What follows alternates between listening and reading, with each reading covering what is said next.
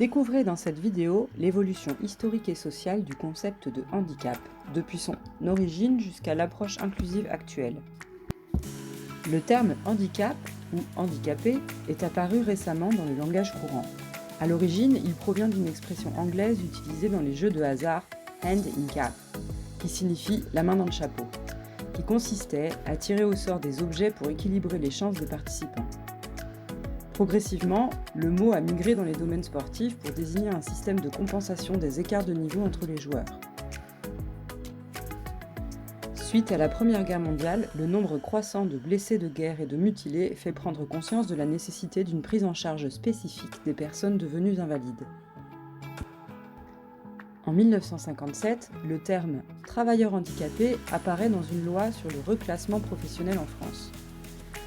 En 1975, l'Assemblée générale des Nations unies adopte la Déclaration universelle des droits des personnes handicapées, fournissant pour la première fois une définition officielle du handicap.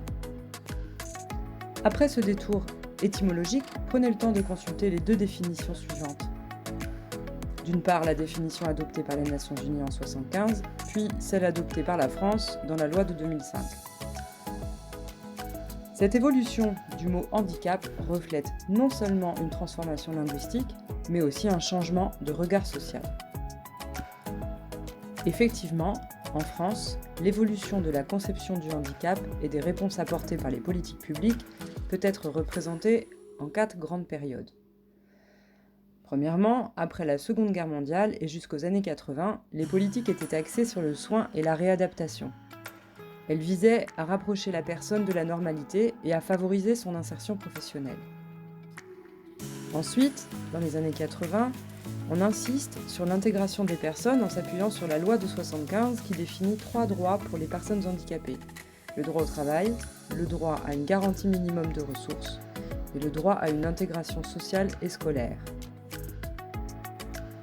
Dans les années 90, le modèle participatif souhaite aller au-delà d'un reclassement de la personne en prenant en compte sa citoyenneté et ses rôles sociaux.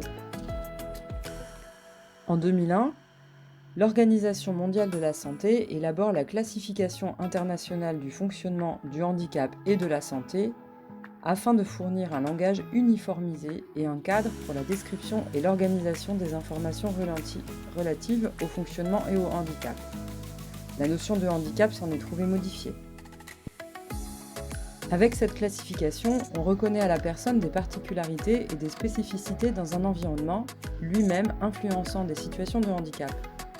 Les facteurs environnementaux, par exemple l'accessibilité des lieux, l'attitude des autres, le soutien social, les politiques publiques, peuvent être alors facilitateurs ou obstacles pour la personne. La classification internationale a ainsi introduit la notion de situation de handicap, c'est-à-dire que le handicap n'est pas un état permanent ou figé. Une personne peut être en situation de handicap dans un environnement inadapté ou non accessible, mais peut ne pas l'être dans un autre environnement mieux aménagé. La classification internationale souligne également que le handicap implique une restriction de participation. C'est-à-dire qu'une personne peut avoir une limitation fonctionnelle, mais c'est lorsque cette limitation restreint sa participation à des activités sociales, professionnelles ou culturelles que l'on parle de situation de handicap. C'est sur cette conception que s'appuie la définition du handicap inscrite dans la loi du 11 février 2005 en France. Cette évolution de la conception du handicap témoigne d'un changement de perspective. Les handicapés sont devenus des personnes handicapées, puis des personnes en situation de handicap. Cela introduira une nouvelle période après 2005, dans laquelle la loi met l'accent sur une approche inclusive dans tous les domaines. École, travail, droit et formation.